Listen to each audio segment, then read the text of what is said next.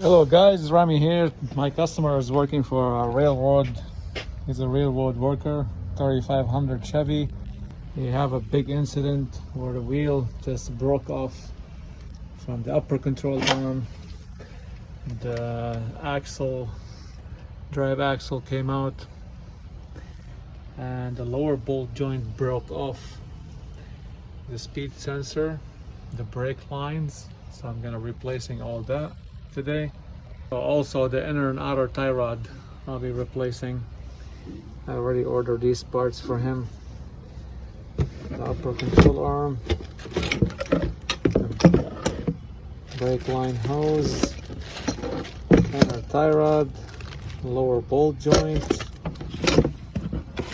speed sensor. Let's get to it. I got both front ends supported on the lift, since I don't have no room to put the rear ones on the back lift. All right, I'm gonna start disassembling everything. I'm gonna start with the upper control arm. Then I'm gonna free this brake line hose from the caliper. Gotta use the clamp to clamp this hose off so I don't lose any brake fluid. Let me see if I can take this tire off first. Yeah, maybe I'll take the tire off first, then I'll get more room.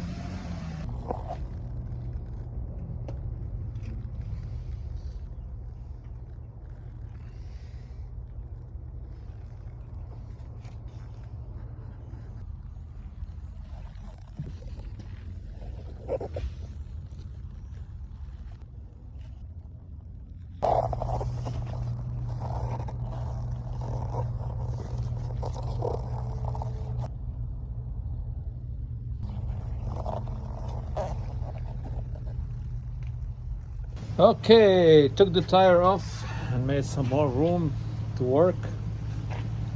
Let's see what can we disassemble first. All right. You take this brake line hose off. Okay, I removed the upper control arm.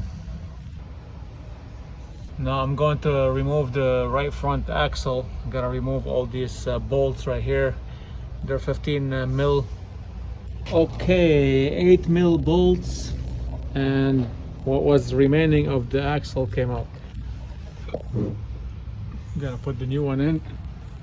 Okay, this is a new axle. You have to snake that baby from the bottom and feed it through so you can line up these bolts. Okay, the axle's in. I gotta tighten the bolts.